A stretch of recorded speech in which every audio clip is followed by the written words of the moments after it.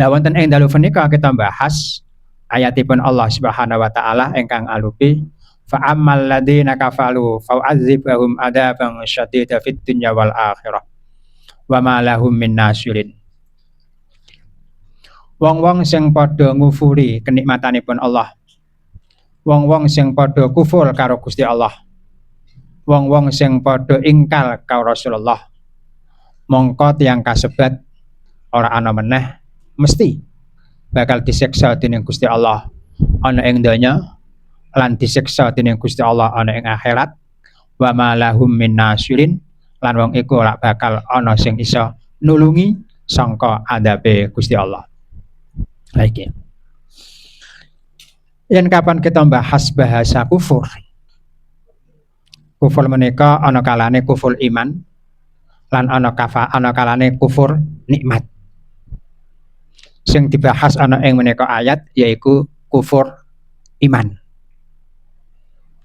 Kufur iman. Nek kapan kufur iman berarti tiyang kasebat wis ora kalebu wong Islam. Ora kalebu wong mukmin. Mergo kufure kufur keimanan. Jadi nek kapan kufure kufur nikmat, tesih kawilang-wilang mukmin. Tesih kawilang-wilang muslim. Nek kapan kufure nikmat. Entuk nikmat ora gelem nyukuri, iku berarti kufur nikmat. Dikei usia ora digunakake kanggo ibadah, iku kawilang-wilang kufur nikmat. Tapi nek kapan kufure kufur keimanan, la iki ora ana meneh cilaka donyane, cilaka akhirate.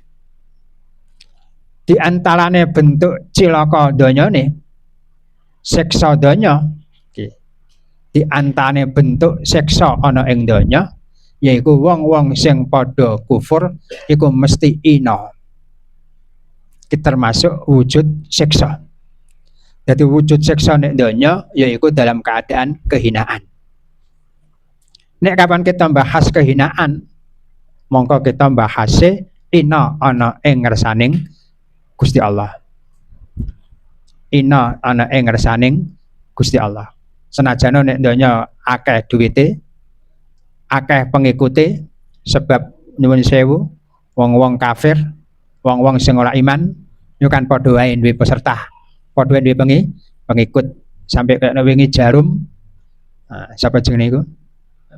Nah, kun kaya ngono nalika mati ya kaya ngono. Bambang. Iki pikiran kita, pandangan ina ing dalem ngersaning Gusti Allah. Jadi wong kufur iku kufur iman iku ina mungguwe Gusti Allah, ina mungguwe agama. Aja sampai kita berpikir mungguwe menungsa. Sebab apa sing dianggap dening menungsa apik mungguwe menungsa durung mesti apik mungguwe Gusti Allah. Semono uga elek mungguwe menungsa durung mesti dianggap elek mungguwe Gusti Allah. Sehingga patokan kita kabeh wong mukmin, patokan pertama yaiku mungguwe Gusti Allah, mungguwe Rasulullah. Lah mengko nek wis kapan kaya ngono biar kita kabeh iki hablum minallah, hablum minan nas, terjalin kebersamaan, ya ora ana meneh kadang kala kita nyawang ngisal ya nyawang dhuwur. Yang berarti hubungannya karo Gusti Allah, hubungannya karo Rasulullah. Ingkang salajengipun yaiku wa ammal ladzina amanu wa amilus sholihati fayaffihum ujurahum wallahu la yuhibbul dzalimin. Maka sering tak kandhakake Quran iku betul-betul menjaga keseimbangan. Quran iku mesti nek kapan bahas kafir, akhirnya mesti bahas iman. Nek kapan awale bahas siksa, burine mesti bahas pahala, bahas swarga. Nek kapan awal bahas mukmin, mesti burine bahas wong kafir. Mau sing kita bahas pertama kali babakan wong kafir, saniki bahas wong mukmin. Rupane apa? Wong-wong sing padha iman lan wong-wong sing padha nglakoni ngamal saleh. Yen kapan Al-Qur'an bahas wong-wong sing dibahas bahasa alladzina amanu kalau wa amilus sholihat, iki keseimbangan antane iman kalau Islam. Jadi nek kapan alladzina amanu iki berarti bahasa keimanan. Nek kapan wa amilus sholihat bahas keislaman. sehingga kedua-duanya keseimbangan berjalan. Mergo iman tanpa Islam ya ora ana gunane, Islam tanpa iman semono ku ya ora ana manfaate. Sehingga kedua-duanya antara iman dan Islam iki kudu kebersamaan. Nek kapan iman ya kudu dibalengi karo Islam, kapan alladzina amanu ya kudu dibalengi wa amilus sholihat. Sampeyan golek ning Quran. Nek kapan alladzina amanu ya mesti diimbangi kalau apa? Wa amilus sholihat. Di keseimbangan. Mergane apa? Mergo bahasa alladzina amanu wa amilus sholihat. Wong iku kudu duweni keimanan lan kudu duweni keislaman, duweni kepercayaan lan bukti kepercayaane kudu dibuktikna kanthi wujud ngamal. Percaya kalau Gusti Allah ya kudu dibuktikna rupane salat. Percaya kalau Rasulullah kudu dibuktikna kanthi wujude napa? Nggunakake syariate Kanjeng Nabi. Nek kapan bukti ora ana, ngaku-ngaku tok ya semono ora ana gunane. Iman karo Gusti Allah tapi nyata tidak ada bukti keimanan sing rupane nglakoni syariat ora ana gunane. Lha nek kapan wong iku wis gelem iman, wong iku gelem napa?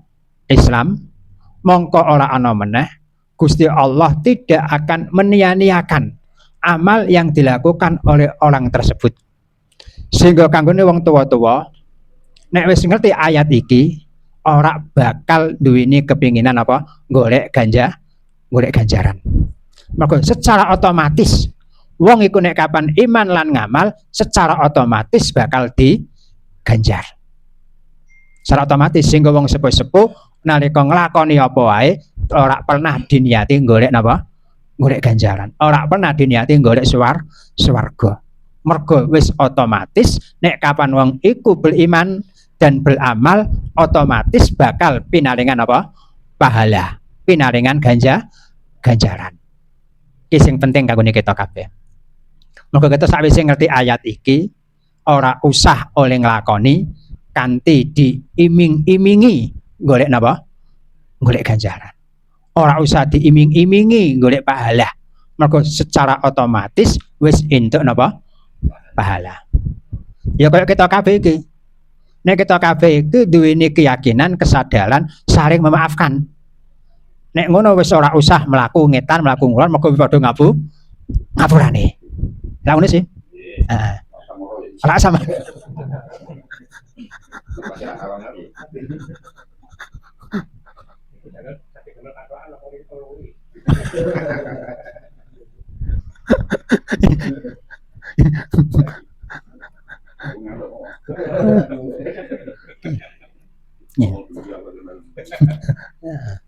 Sehingga kate makaten wong nek kapan kaya ngene iki ora ana meneh yang menjadi kebutuhan kita kabeh di dalam hidup sing sifatnya kanggo menyempurnakan keimanan dan keislaman, mongko kita 5 perkara sing kudu kita teliti. 5 perkara sing kudu kita awasi. Apa rupane? Yaiku kudu njaga jasad, nomor 2 kudu njaga akal, nomor 3 kudu njaga nafsu, nomor 4 kudu njaga ati, nomor 5 kudu njaga roh. Iki 5 iki minangka satu kesatuan sing ora iso kita pisah-pisahno. Mergo menungso iki tersusun dari apa? Jasad, tersusun dari akal, tersusun dari nafsu, tersusun dari ati, lan tersusun dari roh. Sehingga 5 iki kudu kita pikirno bareng-bareng. Kudu kita openi bareng-bareng. Sehingga alladzina amanu wa amilus sholihati betul-betul nyoto. Iki nek kapan kita kabeh sadar bahwa manusia itu terbentuk dari 5 perkara. Jasad sing rupane raga. Kita iso ngaji kaya ngene iki, kita iso kumpul kaya ngene iki mergo wujude jasad kita, raga kita dalam posisi sehat. Jasad kita, raga kita dalam posisi apa? Sehat, dalam posisi normal. Oke. Sehingga anane kita iso ngaji, iso jamaah, iso sedekah, iso kumpul, iki ora ana meneh terpengaruh dengan adanya sehate jasad, sehate napa raga. Nek kapan jasad iki minangka salah satu faktor anane wong gelem jamaah, anane wong gelem ngaji, anane wong gelem silaturahim, maka tidak ada lain kita dituntut supaya njaga raga lan njaga jasad. Apa wujude? Yaiku kudu iso njaga pola makan, pola tidur atau istirahat, dan pola-pola sing ana hubungane karo napa? Jasad. Segi makan, segi minum, segi istirahat iku ora ana meneh penunjang di dalam menjaga kesehatan tubuh, menjaga kesehatan jasad, njaga raga. Raga ora ana meneh dengan apa? Pola makan dan sebagainya. Sawise kaya ngono, butuh sing jengene akal. Kita ngaji ora ana meneh pola pikir kita. Gini apa kok ana perintah salat? Gini apa kok ana perintah ngaji? Gini apa kok ana perintah sedekah? Iki anane wong gelem nglakoni ibadah mergo paling ora bisa menemukan alasan.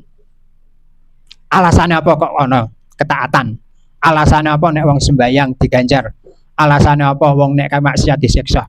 Iki ora ana meneh bisa dinalal sing rupane apa? Akal. Sehingga butuh cipta, butuh rasa cipta sing rupane napa? Akal. Lah akal kita iso digunakno kanggo milih endi sing hak lan endi sing batal. Akal kita bisa menentukan bahwa itu ibadah dan tidak. Akal kita akan bisa menyatakan bahwa itu haram dan tidak. Iku nek pancen akal kita dibarengi kanthi wujude ilmu. Sehingga ngaji kaya ngene iki ora ana meneh pakanane napa? Akal. Jadi kita ngaji ngene iki supaya akal kita ora cupet, akal kita ora dedul, akal kita ora bodho, sehingga kanthi wujude ngaji rasa cipta kita bisa mengetahui kebenaran dan kesalahan, bisa menentukan bahwa ini taat dan tidaknya karena adanya akal yang kita rangsang dengan adanya ilmu. Sehingga rasa cipta mau raga saiki napa? Cipta. Oke. Lah, anane menungsa iku ora luput. Sehingga bahasane alladzina amanu wa amilus sholihat iki mergo wong iku nafsune wis mutmainnah. Anane wong iku ya iman, anane wong iku nglakoni ketakwaan, anane wong iku nglakoni ngamal saleh mergo nafsune nafsu mutmainnah. Sehingga anane wong diperintah supaya njaga jasad sehingga ora males oleh ibadah mergo sehat. Ngerti nek iku ibadah sebab anane akal dikebaki kalau ilmu. Sehingga anane ilmu bisa mengendalikan nafsu. Lah nafsu iku loh sing dialani kersa. Kersa. Kersa kira bahasane artinya apa? Karep. Mergo nafsu iku karepe apik lan karepe elek. Nek kapan karep elek rupane nafsu ammarah lan nafsu lawamah. Lah nalika nafsu iku kok menempati kedudukan nafsu ammarah dan nafsu lawamah, pasti akan mengajak pemiliknya untuk menjadi orang kufur. Wis mesti iku. Nalika seseorang itu dikuasai kalau nafsu ammarah dan nafsu lawamah, maka orang itu akan dihantarkan oleh nafsu tersebut menjadi orang kufur, naudzubillah. Sehingga kersa sing rupane nafsu harus kita kendalikan. Apa lupane? Ya mau dikendalikan dengan akal, dikendalikan dengan ilmu. Sehingga dengan demikian kita akan memiliki jati diri alladzina amanu wa amilus sholihat iki mergo nafsune karepe karep mutmainnah, karepe karep apik sehingga nglakoni keimanan, nglakoni ngamal saleh sebab nafsune nafsu mutmainnah, saora-orae mulhimah. Setidak-tidaknya mulhimah. Ora ammarah lan ora lawamah. Setidak-tidaknya mulhimah. Munggah mulhimah mutmainnah. Nek wis kapan kaya ngene ya ora ana meneh balik ning dawuh Gusti Allah, ya ayyatan nafsul mutmainnah irji'i ila rabbiki radhiyatam mardiyah fadkhuli fi ibadi wadkhuli jannati. Iki. Lah, wong nek wis kapan kaya ngono iku mau nafsu-nafsu mutmainnah, maka orang itu pasti selalu kembalinya kepada Allah. Apapun akan disandalkan kepada Allah. Apapun akan distandarkan dengan standar syariat Gusti Allah. Maka farji'i, irji'i. Nah, irji'i. Sehingga nafsu mau mesti akan dikembalikan standarnya standar syariat Kanjeng Nabi. Standar syariat Gusti Allah. Lalu wong itu sudah melaksanakan sesuai dengan standar syariat, sesuai dengan aturan-aturan Gusti Allah, aturan Kanjeng Nabi, maka itu baru kalebu kawulane Gusti Allah. Sehingga fadkhuli ila rabbika radhiyatam mardiyah fadkhuli fi ibadi. Wong iku kalebu dadi kawulane Gusti Allah. Lha nek wong iku sudah diakui menjadi kawane Gusti Allah, diakui dadi hambae Gusti Allah, diakui dadi abete Gusti Allah, mesti otomatis bakal mlebu swargane Gusti Allah. Dadi mlebu swarga iku kali yang harus kita pertahankan dan harus kita perjuangkan, kita kabeh kudu diakoni dadi kawulane Gusti Allah. Itu yang penting. Kita kabeh iso dadi kawulane Gusti Allah dengan syarat kudu iso mengendalikan nafsu. Nek iso ngendhalake nafsu baru masuk dadi kawulane Gusti Allah. Nek dadikane Gusti Allah bakal mlebu swargane Gusti Allah. Sehingga ning kene siji kudu njaga raga, nomor loro njaga napa? Cipta rupane akal, nomor telu njaga rasa rupane nafsu. Lha nek wis kapan kaya ngono baru kita akan menginjak kudu iso njaga ati. Ati ku artine apa nek cara wong Jawa? Rasa. Kudu iso njaga rasa. Kepekaan. Jadi wong iso peka. Wong iso ngrasakno dadi kawula kaya kepriye, iso ngrasakno dadi kiai ku kaya apa, iso ngrasakno dadi murid ku kaya apa, iki mergo duweni ati. Ati. Lah, ora ana meneh ati iku iso kaya ngono. Sing duweni rasa rumangsa dadi kaune Gusti Allah. Rasa ngrumangsani dadi wong ina, rasa ngrumangsani dadi wong ora apa-apa.